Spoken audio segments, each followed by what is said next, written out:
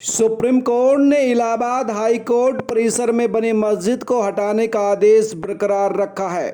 इसके साथ ही सर्वोच्च न्यायालय ने हाई कोर्ट के आदेश को चुनौती देने वाली याचिकाओं को खारिज कर दिया। हाई कोर्ट ने 8 नवंबर 2017 को मस्जिद को हटाने का आदेश दिया था।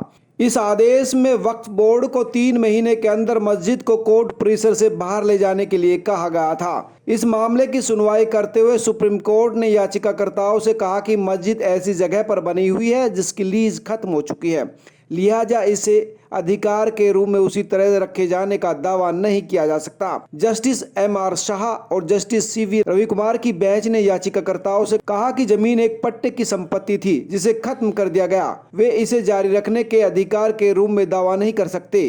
साथ ही बेंच ने कहा कि हम याचिकाकर्ताओं द्वारा विचाराधीन निर्माण को गिराने के लिए 3 महीने का समय देते हैं और यदि आज से 3 महीने की अवधि के भीतर निर्माण नहीं हटाया गया तो हाईकोर्ट समेत अधिकारियों के पास उसे हटाने या ध्वस्त करने का विकल्प होगा। मस्जिद की प्रबंधक समिति की ओर से पेश सीनियर एडवोकेट कपिल सिब्बल ने कहा कि मस्जिद 1950 के दशक से है और इसे यूं ही हटाने के लिए नहीं कहा जा सकता। उन्होंने कहा कि 2017 में सरकार बदली और सब कुछ बदल गया। नई सरकार बनने के 10 दिन बाद एक जनहित याचिका दायर की जाती है। अगर वे यानी सरकार हमें वैकल्पिक स्थान देते हैं तो हमें स्थानांतरित करने में कोई समस्या नहीं है। हाई कोर्ट की ओर से पेश सीनियर एडवोकेट राकेश द्विवेदी ने कहा कि यह पूरी तरह से धोखाधड़ी का मामला है, क्योंकि 2 बार नवीनीकरण के आवेदन आए थे और इस बात की कोई शुगबुगाहट नहीं थी कि मस्जिद का निर्माण किया गया था।